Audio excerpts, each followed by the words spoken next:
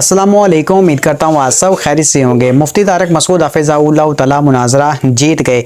अब इस खबर की क्या तफसीलात है मेरे भाई बहनों, इस वीडियो के अंदर मैं आपको बताऊंगा और ये हमारी पहली खबर है।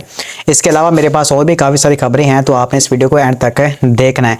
जैसे कि आपको पता है कि मुफ्ती तारिक मसूद साहब और सदीक रज़ा साहब जो कि अहले हदीस के आलिम दीन है, उनके दरमियान मुनाजरा होना था 3 तलाक के मसले के ऊपर।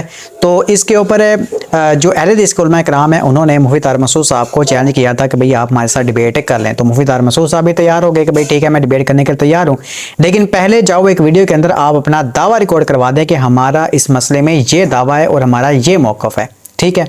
इसके बाद सदीक रज़ा साहब ने एक वीडियो रिकॉर्ड करवाई जिसके अंदर उन्होंने अपना जो दावा है ना वो सही तरह से रिकॉर्ड नहीं करवाया, यानी कि जो हकीकत में उनका मौक़िफ़ है, जो सारे मामलात हैं वो उन्होंने रिकॉर्ड नहीं करवाए, बल्कि एक आप समझ लें कि मुबहम करके जब वो एक सीन क्रिएट कर दिया और कह दे कि भाई ये हमारा दावा है। इसके बाद फिर मुफ्ती तारिक मसूद साहब ने क्लिप रिकॉर्ड करवाया कि भाई आप इस तरह करके ना अपना वक़्त ज़ाया करें, ना मेरा वक़्त ज़ाया करें, ना ही अवाम का वक़्त ज़ाया करें। अवाम में जाओ इस बात समझ रही होगी कि यार आपस में ड्रामे लगा रहे हैं, इन्होंने कोई इस बात से बैठना नहीं है। तो लिहाजा जो आपका दावा है, जो आपका मौक़िफ़ है, मैं आपको बता देता हूं कि अहले हदीस का 3 तलाक के मसले के ऊपर ये सारे मामलात हैं। ठीक है। तो आप अपनी वीडियो के अंदर इकरार करें कि हाँ जी ये हमारा इस वजह से मौक़िफ़ है, सारे मामलात हैं, तो फिर इसके बाद हम आगे चल पड़ेंगे। तो ये मुफ्ती तारिक मसूद साहब ने कहा कि भाई अगली वीडियो के अंदर आपने इस चीज़ का मतलब कि बताना है। लेकिन इसके बाद सदीक रज़ा साहब की वीडियो आई जिसके अंदर उन्होंने फिर दोबारा ये बात कही कि नहीं, ये तो मुनाजरे में बातें होंगी, ये तो मुनाजरे में आप हमसे सवाल करेंगे, क्वेश्चन करेंगे, फिर हम आपको जवाब देंगे। पहले तो इस तरह के जवाब नहीं होते, इस तरह के सवाल नहीं होते, बस हमारा जवाब वो ये दावा है। और दावा भी उन्होंने मतलब कि ऐसा किया जो कि उनका हकीकत में है ही नहीं। ठीक है।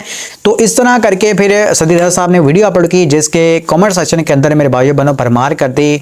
सैकड़ों हज़ारों लोगों ने कि भाई आप इस मामले में डिबेट जब शुरू होने से पहले ही हार चुके हो। मुफ्ती तारिक मसूद साहब ये डिबेट जीत चुके हैं, मुनाजरा जीत चुके हैं। क्यों? क्योंकि आप मुफ्ती तारिक मसूद साहब ने सिंपल आपसे डिमांड रखी कि अपना दावा रिकॉर्ड करवा दें। तो ये अवाम की मेरे भाइयों बहनों मैंने आपको राय बताई है कि अवाम ने मुफ्ती तारिक मसूद साहब की जीत का ऐलान है कर दिया है। अब दूसरी खबर मेरे पास मेरे भाई बहनों अफगानिस्तान से है, जहां पर जो तालिबान है उनका जो इख्तलाफ है ना वो इतना ज़्यादा बढ़ चुका है कि एक ग्रोह था तालिबान का, वहां पर जब नमाज का टाइम हुआ तो तकरीबन 13 के करीब जब वो अलग अलग इमाम बने हैं और अलग अलग उन्होंने नमाजें पढ़ाई हैं।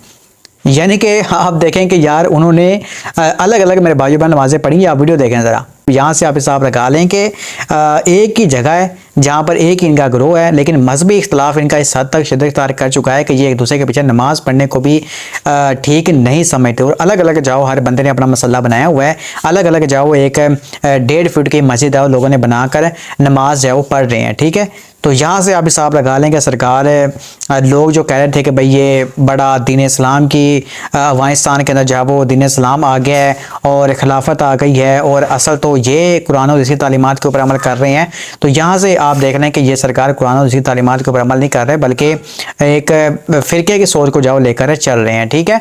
बाकी जब अफगानिस्तान जो आज़ाद हुआ था, यानी कि जब अमेरिका वहाँ से गया, तो हर बंदे ने उनके हक़ में वीडियो बनाई थी कि यार ये इनके ऊपर जो अमेरिका हुकूमत करा, सारे मामले कर रहा था, तो ये चलो इनके लिए अच्छा हुआ है।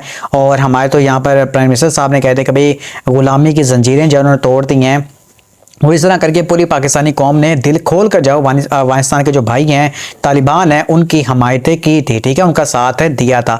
तो अब होना तो ये चाहिए था कि वो पाकिस्तान का इस बात से शुक्रिया अदा करते और पाकिस्तान से अच्छे मामला रखते, लेकिन उन्होंने उल्टा ही करना शुरू कर दिया। बल्कि जो पाकिस्तान के दुश्मन है TTP हो गया, तो उनका साथ दिया और उनको वहाँ पर अपने जगह में अपने मुल्क में पनाह दी और फिर उनको पाकिस्तान के खिलाफ यूज़ करना शुरू कर दिया। ठीक है। तो इस तरह करके जो वहाँ तालिबान ने सारे मामला तय किए हैं, हालांकि उनसे जो ये चीज़ एक्सपेक्ट नहीं की जा रही थी। बाकी इससे पहले अफगानिस्तान की जो हुकूमत थी वो भी जाहिर सी बात है पाकिस्तान के खिलाफ थी, वो इंडिया के ज़्यादा करीब थी, वो सारे मामला आपको पता चलते रहे हैं।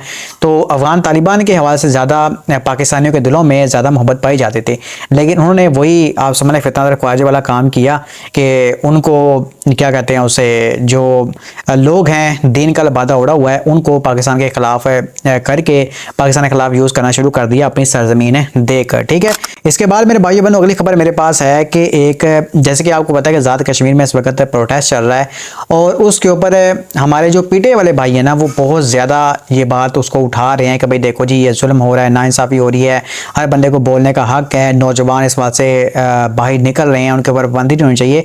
तो उनको मैं यहाँ पर एक बात बताना चाहता हूँ कि जब इमरान खान साहब की हुकूमत थी ना तब उस वक़्त एक हमारी एक बहन है, उन्होंने कुछ स्टूडेंट्स ने एक मूवमेंट स्टार्ट की थी और वहाँ पर उन्होंने जो नौजवान हैं उनके हक़ में आवाज़ उठानी शुरू की थी, सारे मामले किए थे। तो उनके ऊपर फिर गद्दारी के मुकदमे चलाए गए थे इमरान खान साहब की हुकूमत की जानिब से और उनके कुछ साथियों को अरेस्ट भी कर लिया गया था खान साहब की हुकूमत में। ठीक है, तो ये आप वीडियो देखें ज़रा, जिस लड़कियों ने वहाँ पर ये सारे मामले किए थे ना, ये आपको खुद हमारी बहन ये बात बताती है। पाकिस्तान के तलबा सोए हुए हैं।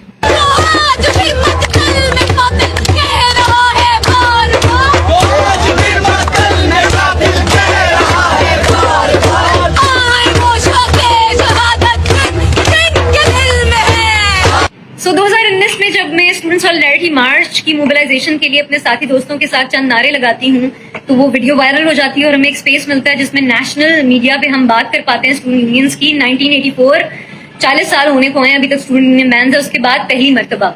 तो उसमें हम स्टूडेंट यूनियंस की बहाली की बात करते हैं। इसके अलावा हम एफिडेविट जिसपे स्टूडेंट्स का अभी तक सिग्नेचर लिया जाता है कि आप किसी भी पॉलिटिकल एक्टिविटी में पार्टिसिपेट नहीं करेंगे, कोई पॉलिटिकल बात नहीं करेंगे और everything is political, the personal is political. तो जो है हमें मुझे रॉ एजेंट कहते हैं, मुझे एलीट कहा जाता है, फॉरेन फंडेड कहा जाता है, काफिर कहा जाता है, खूब किस्म की मेरी कैरेक्टर असैसिनेशन होती है, गद्दारी के मुकदमे होते हैं मेरे साथी दोस्तों पर। मोहसिन अब्दाली और आलमगीर वजीर को उठा लिया जाता है और वो मूवमेंट आपको नजर नहीं आई, उस पर हमारा साथ नहीं दिया गया। लेकिन इंडिया की मूवमेंट में आप जो है बॉर्डर पर आने को तैयार है। जी मेरे भाइयों बहनों, आपने वीडियो देखी है। अब यहाँ पर आप हिसाब लगा लें कि अगर तो हमारे पीटीआई वाले भाई कहते हैं कि इमरान खान साहब के दौर में जो हुआ बिल्कुल ठीक हुआ, हम तो बस मतलब कि उन्होंने जो कर दिया बिल्कुल ठीक कर दिया, लेकिन अगर वही काम है कोई और बंदा करे तो आप कहें कि भाई इन्होंने बड़ी ज़्यादती कर दिया, बड़ा जुल्म कर दिया है। अगर आप नवाज शरीफ साहब की हुकूमत में, जरदारी साहब की हुकूमत में या फिर जमात इस्लामी की हुकूमत में ये बात कहते हैं कि स्टूडेंट्स के ऊपर जुल्म हो रहा है, नाइंसाफ़ी हो रही है, तो उनको अपने हक़ में आवाज़ उठानी चाहिए। तो बिल्कुल आपकी बात ठीक है, लेकिन जब वही प्रोटेस्ट खान साहब की हुकूमत में होता है और खान साहब अगर उसके ऊपर पाबंदी लगाते हैं तो आपको चाहिए कि आप खान साहब के ख़िलाफ़ भी आवाज़ उठाएं और कहें कि भाई खान साहब ने सारा मामला गलत किया है। अगर आप कहते हैं कि खान ठीक है बाकी सारे गलत हैं तो फिर इस तरह की मुनाफ़क़त नहीं होनी चाहिए। ठीक है ना, एक असूल रखें, इंसाफ के रस्ते के ऊपर चलें।